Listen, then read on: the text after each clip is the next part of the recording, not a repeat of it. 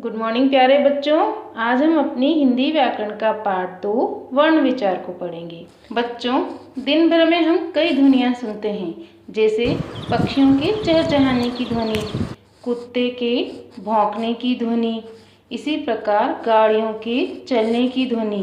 इसी प्रकार जब हम बोलते हैं तो हमारे मुख से अनेक ध्वनियाँ निकलती हैं, जैसे पिता।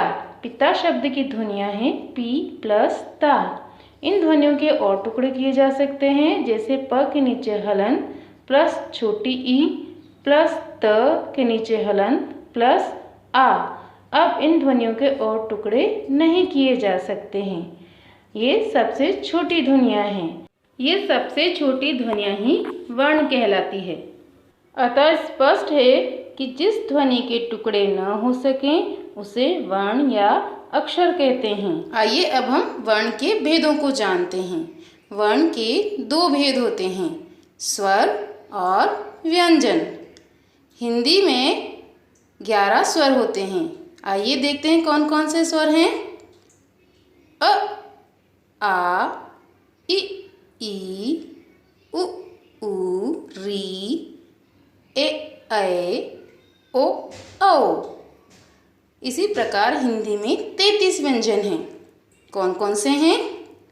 क, ख, ग, घ, ङ, च, छ, ज, झ, ञ, ट, ठ, ड, ढ, ण, त, थ, द, ध, न, प, फ, ब, भ, म, य, र, ल, व, श, स, स, ह। स्वर और व्यंजन मिलाकर हिंदी की वर्णमाला बनती है। वर्णमाला में सारे वर्ण एक निश्चित क्रम में होते हैं। अतः स्पष्ट है कि वर्णों के क्रमबद्ध समूह को वर्णमाला कहते हैं। हिंदी में 4 संयुक्त व्यंजन होते हैं, क्ष, त्र, ज्ञ और श्र। ये व्यंजन 2 व्यंजनों के मेल से बने होते हैं, इसीलिए इन्हें संयुक्त व्यंजन कहा जाता है।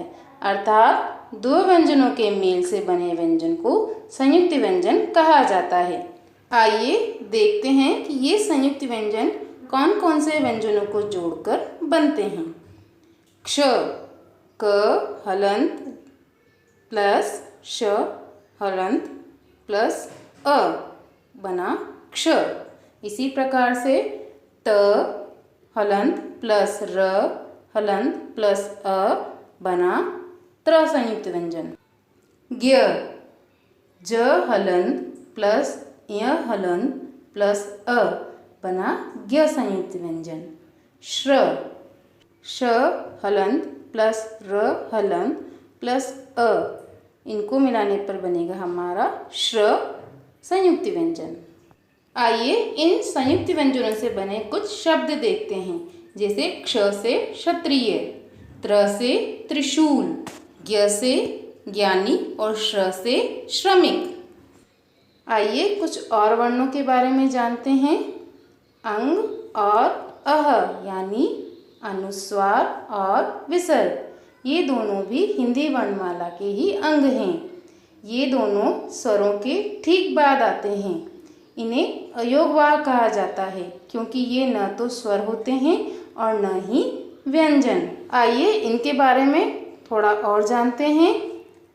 अंग, अनुस्वार, इसका चिन्ह ये है, इसका उच्चारण नाक से किया जाता है। आइए कुछ अनुस्वार वाले शब्द देखते हैं। पतंग, बंदर, झंडा, बंदूक, ये अंग की मात्रा के शब्द हैं। अह यानी विसर्ग, इसका चिन्ह ये है, 2 बिंदुओं के रूप में इसे लिखा जाता है। ये अक्षर के बाद लगाया जाता है। इसकी ध्वनि ह के समान आती है। आइए कुछ अ यानी विसर्ग से बने हुए शब्दों को देखते हैं, जैसे प्रातः, नमः। इन दोनों ही शब्दों में अक्षर के बाद 2 बिंदुओं के रूप में इस मात्रा का प्रयोग किया गया है। आइए अब हम चंद्र बिंदु के बारे में जानते हैं। चंद्र बिंदु का चिन्ह इस प्रकार का होता है। यह नाक और मुंह से इसका उच्चारण किया जाता है। आइए इससे बने हुए कुछ शब्दों को देखते हैं, जैसे दांत, चांद, सांप, मूंछ। मात्रा। हिंदी वर्णमाला के प्रत्येक व्यंजन में अ स्वर मिला रहता है। अ के अतिरिक्त जब कोई स्वर व्यंजन से मिलता है तो उस स्वर का रूप बदल जाता है। स्वर का यही बदला हुआ रूप मात्रा कहलाता है। व्यंजन के साथ लगने वाले स्वर के विशेष चिन्ह मात्रा कहलाते हैं, जैसे आ की मात्रा, और आ की मात्रा से बना शब्द है आम। बच्चों, हमने वर्ण और वर्णमाला के बारे में विस्तार से इस पाठ में जाना। अभी हमारा पाठ 2 वर्ण विचार पूर्ण होता है। आशा करती हूँ आप सभी को समझ आया होगा। आप सभी से फिर से पढ़िएगा। Thank you. Have a nice day.